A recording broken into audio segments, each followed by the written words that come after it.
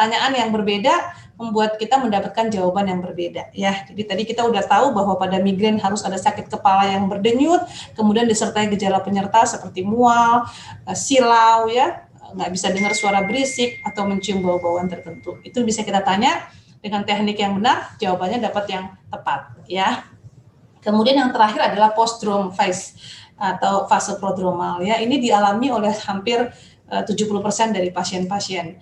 Apa gejalanya? Kayak orang mabok katanya. Ya, jadi dalam 24 jam setelah nyeri kepalanya hilang, itu pasien masih belum benar-benar fit. Masih kadang-kadang gampang sedih ya, depresi, masih susah konsentrasi, masih ngerasa badannya lemes, dan kadang-kadang masih ada mual maupun rasa goyang. Oke.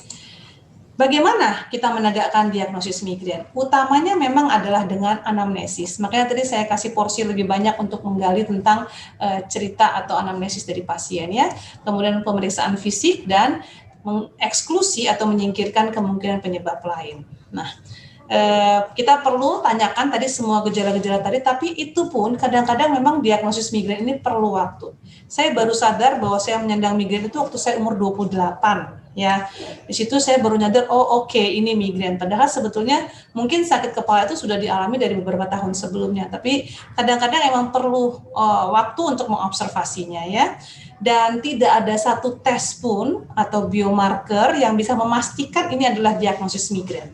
Jadi migrain adalah diagnosis klinis, diagnosis yang ditegakkan benar-benar berdasarkan pemeriksaan fisik dan anamnesis, jadi secara klinis ya. Jadi CT scan, MRI itu kita pakai untuk menyingkirkan penyebab lain ya, bukan untuk menegakkan diagnosis migrain.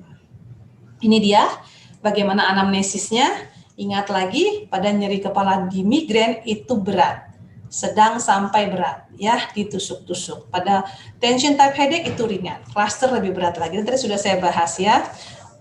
Mungkin satu lagi yang ditambah adalah ini, demografiknya ya. Biasanya pada migrain itu perempuan lebih banyak kena, begitupun pada tension type headache. Kebalikannya, cluster laki-laki lebih banyak kena ya. Oke, yang kedua setelah kita melakukan anamnesis dan pemeriksaan fisik mungkin, maka yang kedua adalah menyingkirkan ini bukan secondary headache ya. Secondary headache antara lain Bapak Ibu nyeri kepala akibat trauma, stroke ya, penggunaan obat-obat terlarang, infeksi, kemudian metabolik ya, gangguan-gangguan di otot, kemudian di mata, di telinga, itu bisa juga bikin sakit kepala, di gigi ya, dan gangguan-gangguan psikiatri. Ini dia red flags-nya. Gimana sih cara kita menyingkirkannya? Pertama, SNOOP ya, kalau ada gejala sistemik.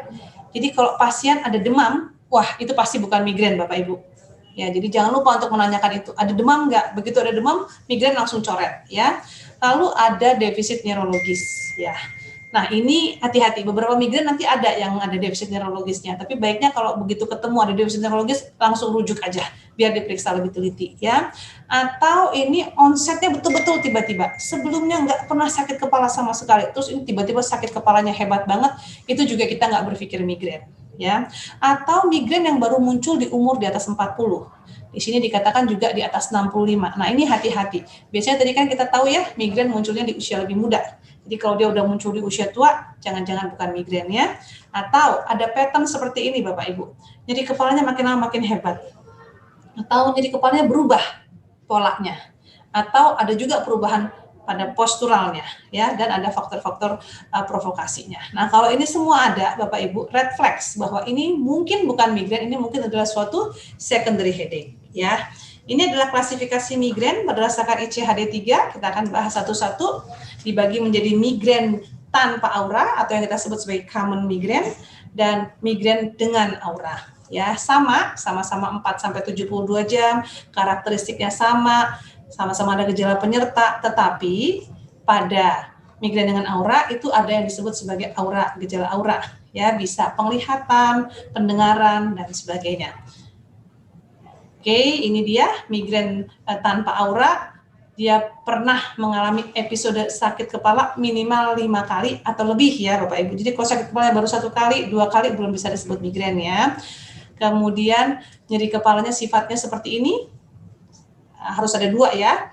Jadi unilateral, kemudian ditusuk-tusuk, kemudian diperparah dengan gerakan, dan intensitasnya sedang sampai berat. Plus satu dari gejala ini ya, mual, muntah, atau fonofobia dan fotofobia.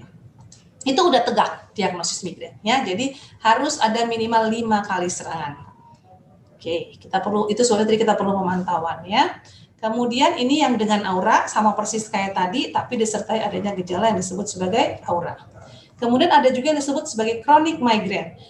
Definisinya adalah nyeri kepalanya tuh harus minimal 15 kali dalam 1 bulan, selama lebih dari 3 bulan. Ya, saya suka nanyanya gini, kadang-kadang pasien kan nggak ngitung nyeri kepalanya, Bapak Ibu. Saya suka nanya, kalau lagi sakit kepala minum obatnya apa? Misalnya dia jawab paracetamol. Berapa tablet Ablis sebulan? Sepapan ada nggak? Ya, kalau paracetamol kadang-kadang sepapan itu cuma isinya 4 ya. Oh lebih dong dok, sepapan. Minimal saya 4 papan, berarti 16 tablet. Wah jangan-jangan ini memang sudah chronic migraine. Begitu saya suka nanyanya, Bapak Ibu. Karena orang migrain tuh kalau nggak pakai obat nggak hilang. Beda sama tension type headache. Jadi dia pasti kalau lagi kambuh, pasti dia nyari obat. Karena emang sakit kepalanya berat ya. Oke, lalu apa sih yang bikin orang-orang yang kena migrainnya cuman episodik? Kayak saya misalnya, saya bersyukur mungkin setahun serangan migrain saya nggak lebih dari 5 kali lah. Jadi nggak sampai sebulan sekali ya. Apa sih yang bikin orang-orang dengan episodik migrain itu kemudian berkembang jadi lebih progresif, jadi chronic migraine? Ini adalah faktor-faktornya ya. Kegemukan, penggunaan kafein yang berlebih, pola hidup yang stres, penggunaan obat-obat yang berlebih ya, ngorok, kecemasan ya, depresi. Nah, ini semua bisa menyebabkan migrain yang tadinya hanya sekali-sekali menjadi migrain yang cukup sering. Ya, nah ini kita bisa modifikasi, Bapak Ibu. Yang nggak bisa kita modifikasi adalah jenis kelamin perempuan, sosial ekonomi yang rendah, maupun tadi faktor genetik. Nah, sekarang kita ke treatmentnya. Ada 5 tahapnya. Yang pertama penegakan diagnosis migrainnya. Yang kedua penilaian terhadap disabilitas atau gangguan akibat migrainnya. Patient education ini merupakan favorit saya nih. Ini paling penting, kemudian baru penanganannya yang tailor ya, jadi individual. Nanti kita akan bahas juga tentang stratified care-nya. Oke, Bapak Ibu lihat di sini, ini adalah treatment care pathway-nya. Jadi saat kita menegakkan diagnosis migrain, penting sekali untuk pasien memahami apa sih penyakitnya. Jadi kita perlu mengedukasi para penyandang migrain tentang penyakit migrain itu apa, pencetusnya apa, bagaimana penanganannya ya. Kemudian kita bersama-sama dengan pasien menerapkan realistic goals ya. Tadi seperti saya bilang pada migrain itu kan ada masalah bakat. Jadi kalau mau berharap bahwa migrainnya akan hilang total, sembuh nggak pernah balik lagi, itu nggak realistis. Realistisnya bagaimana?